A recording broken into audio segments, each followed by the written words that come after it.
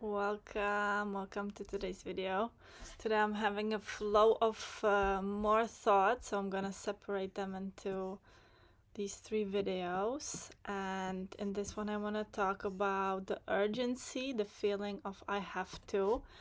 It's a lot, it's everywhere, it's a big topic. I feel like this vibes very well, like this resonates.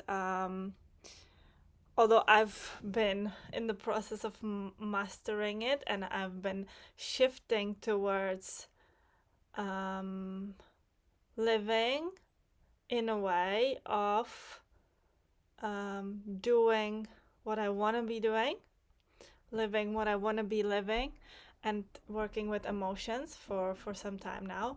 I do still feel like every once in a while this arises that I have to. It's been so deeply engraved with us, and for someone who doesn't consciously work with it, it might be on a daily basis. It can even create like a layer over your whole life, and you feel like whatever all of maybe what you're doing it is what you have to be doing, and it's such a strong collective limiting belief that it has basically transformed us. But what it does is it separates ourselves from ourselves, and if we want to reconnect, and especially if we want to heal, chronic pain, if we want to heal our body, we do need to start doing things we want to be doing instead of the things we believe we have to be doing.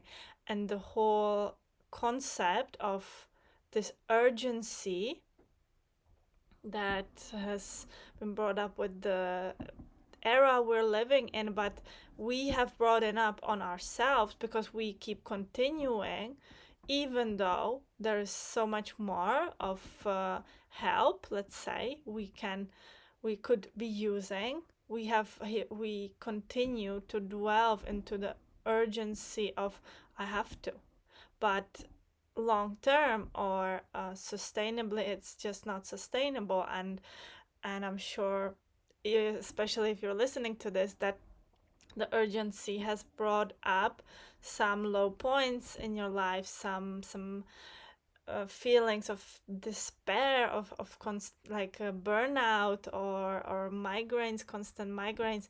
This is all originating from the urgency. I have to, and I'm basically irreplaceable. And this comes unfortunately from the ego, because the ego thinks it's irreplaceable, that no one can help me, I have to do it myself, and I cannot ask for help because that would be a weakness. But actually asking for help is a strength, and being satisfied with yourself and with your life, and allowing yourself not to be able to fulfill everyone's needs is a strength, is a big strength, and is a big bravery in living a life you want to be living, and living your authenticity, and living your only I want. And there, even since the I have to layer is so strong, there even is such a strong belief that sometimes we can't even, because it has been engraved in us since opening our eyes, probably. If you have been raised by people that have been creating from the I have to, then it's so strongly engraved in the whole ancestral line and the generations before.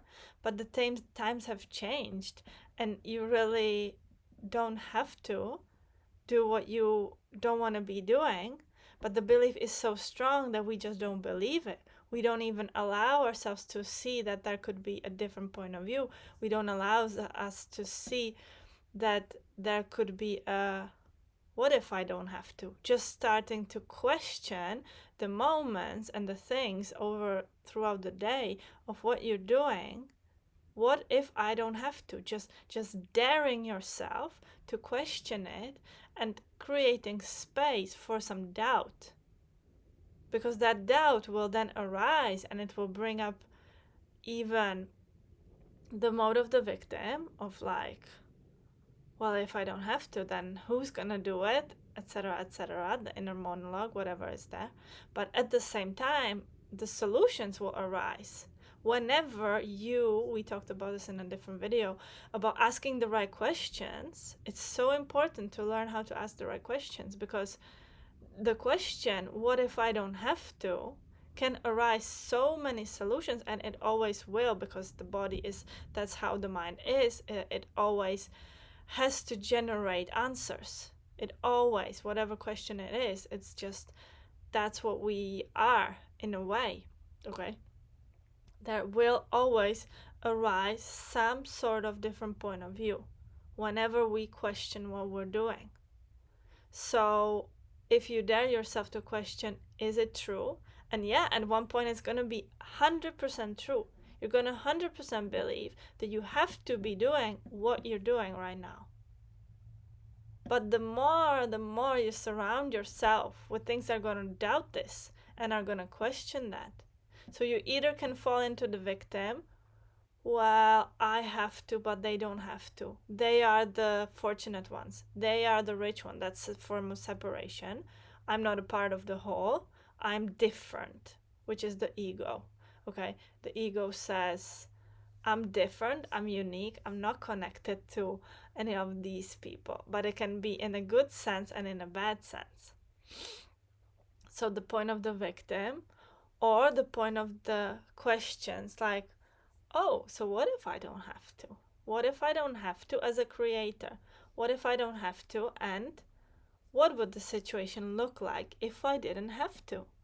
And it's gonna be uncomfortable to step out of that and allow yourself to learn how to ask for help, to learn how to receive help, because these are things we probably don't know if we're living in the I have to. We don't even allow ourselves to see a place of, well, it could be a different way. What if I don't have to? What if I don't have to? What if I don't have to? And I would definitely start with the things that create a victim like monologue, that create a lot of frustration, a lot of anxiety. Okay, those are the actions you actually shouldn't be doing.